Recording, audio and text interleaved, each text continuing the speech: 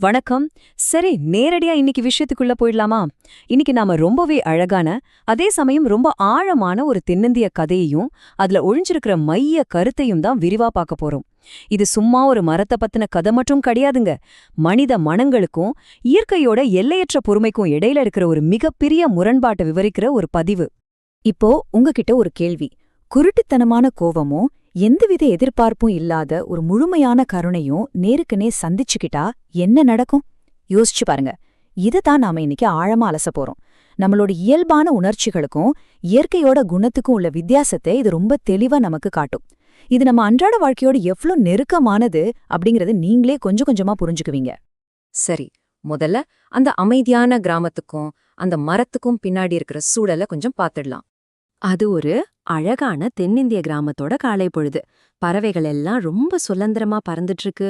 பெரிய பச்சையான இலைகளுக்கு நடுவே சூரிய ஒளி அப்படியே இதமா ஊடுருவி வருது.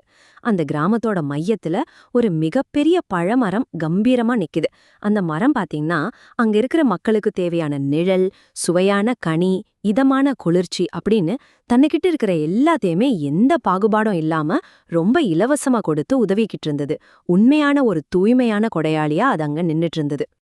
இப்படி ரொம்ப அமைதியா போயிட்டு இருந்த அந்த இடத்துல திடீர்னு ஒரு கோபம் வெடிக்குது. அந்த இயற்கையான அமைதிய ஒரு சிறுவன் உடைக்கிறான். என்ன நடக்குதுன்னா, முதல்ல அந்த மரத்தோட அருகே நிக்கிற அவனோட முகத்துல ஒரு கடுமையான, விளக்கவே முடியாத அளவுக்கு ஒரு கோபம் வருது. அடுத்தபடியா அவன் கீழே குனிஞ்சி ரொம்ப கனமான ஒரு கல்ல தன்னோட கையில எடுக்கிறான். மூறாவதா அந்த மரத்தை நோக்கி ரொம்பவே ஆக்ரோஷமா தன்னோட முழு பலத்தையும் ஒன்னு சேர்த்து அந்த கல்லை எறிறான். எந்த ஒரு நியாயமான காரணமும் இல்லாத ஒரு வன்முறை அந்த இடத்துல வெடிக்குது. அவன் தூக்கி எரிஞ்ச அந்த கல் ரொம்ப வன்முறையா அந்த மரத்தோட தண்டு பகுதியில வேகமா இடிக்குது. அந்த அதிர்ச்சியில மரத்தோட இலைகள் லேசா அசையுது. ஆனா அந்த மரம் முற்றிலும் அமைதியா இருக்கு. எந்த ஒரு ரியாக்ஷனும் அந்த மரத்துக்கிட்ட இருந்து வரல. அந்த மரம் அவனை திரும்ப எதுவுமே செய்யல. ஒரு கணம் யோசிச்சு பாருங்களேன், நம்மள யாராவது காரணமே இல்லாம தாக்குனா நம்ம முத ரியாக்ஷன் என்னவா இருக்கும்? ஒருவேளை கோவப்படுவோம், கத்துவோம், இல்லனா திருப்பி தாக்குவோம், சரியா? ஆனா அந்த மரம் காட்டின அந்த அசைக்க முடியாத பொறுமை இருக்கு பாத்தீங்களா, அது ஒரு மிகச்சிறந்த குறியீடு. இப்போ நீங்க எதிர்பாராத அந்த திருப்பம் நடக்க போகுது. அந்த கனி கொடுத்த மரத்தோட அடுத்த கட்ட ஆக்ஷனை கவனிங்க. அந்த மரம் என்ன செஞ்சது தெரியுமா? தன்னை கல்லால அடிச்ச அந்த சிறுவனை அதை தண்டிக்கவே இல்ல. அதுக்கு பதிலா கொஞ்ச நேரத்திலே ரொம்ப புதிய சுவையான பழங்களை அந்த சிறுவனோட அருகிலேயே கீழே உதிர்த்தது. அந்த பிரகாசமான ஒளியில பழங்கள் மெதுவா கீழே விழறத பார்த்து அந்த சிறுவன் அப்படியே ஆச்சரியத்துல உறைஞ்சு போயிட்டான். அவனோட முரட்டுத்தனமான கோபம் மொத்தமா ஆச்சரியமா மாறுது. அவனுக்கு இது ஏதோ ஒரு மாயாஜாலம் மாதிரி தோணுது.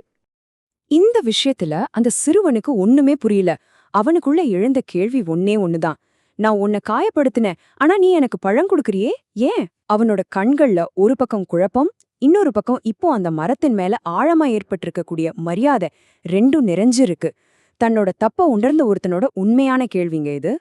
இந்த இடத்துல அந்த மரம் சொல்லாம சொன்ன அந்த உணர்வுபூர்வமான பதில நம்ம கண்டிப்பா கவனிக்கணும். அது என்னன்னா, கெட்டதாலேயே திருப்புவது என் பண்பு கிடையாது. எவ்ளோ ஆழமான வார்த்தைகள் பாருங்க. தன்னோட இயல்ப, தன்னோட நல்ல குணத்தை அடுத்தவங்களோட மோசமான செயல்களுக்காக அந்த மரம் மாத்திக்கவே இல்ல.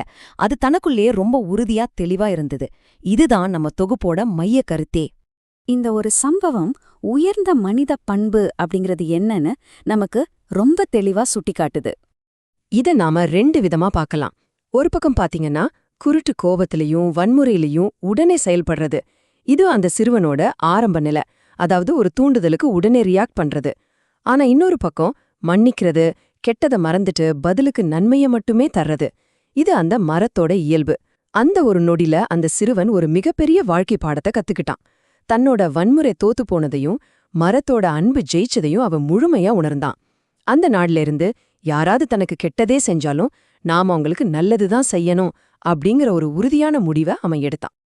இப்போ நீங்க பாத்துட்டு இருக்கிற இந்த அழகான அமைதியான மாலை பொழுது நமக்கு உணர்த்துறது போல ஒட்டுமொத்த கதையும் நமக்கு சொல்லும் செய்தி இதுதான். அந்த மரத்தைப் போல இருங்கள், மன்னியுங்கள் மற்றும் நன்மையை கொடுங்கள். நமக்கு ஒரு தீங்கு நடக்கும்போது அந்த தீமையால நம்மை கட்டுப்படுத்த விடாம நம்ம கிட்ட இருக்கிற நன்மையை தர்றதன் மூலமா அந்த தீமையை முழுமையா முறியடிக்க முடியும் அப்படிங்கறத இது ரொம்ப ரொம்ப அழகா நமக்கு உணர்த்துது. கடைசியா இதிலிருந்து நம்ம புரிஞ்சுக்க வேண்டிய மிக முக்கியமான விஷயம் என்னன்னா, கெட்டத மறந்து நல்லது செய்யறதுதான் இருக்கிறதுலே உயர்ந்த மனித பண்பு. ஒரு மரம் தனக்கிட்ட இருக்க பழத்தை மட்டும்தானே தர முடியும். அதுபோலவே நாமும் நமக்குள்ள இருக்கிற அன்பை மட்டும்தான் வெளிப்படுத்தணும். இப்போ இந்த விளக்கத்தோட முடிவுல நான் உங்ககிட்ட ஒரு கேள்வியை முன்வைக்கிறேன். அடுத்த முறை உங்களை யாராவது காயப்படுத்தும் போது இல்லனா உங்களை கோவப்படுத்தும் போது நீங்க அந்த சிறுவனை போல ஒரு கல்லை எடுக்க போறீங்களா, இல்ல அந்த மரத்தை போல ஒரு சுவையான பழத்தை கொடுக்க போறீங்களா? உங்களுடைய உண்மையான பண்பு என்ன அப்படிங்கறத நீங்களே ஒரு நிமிஷம் சிந்திச்சு பாருங்க.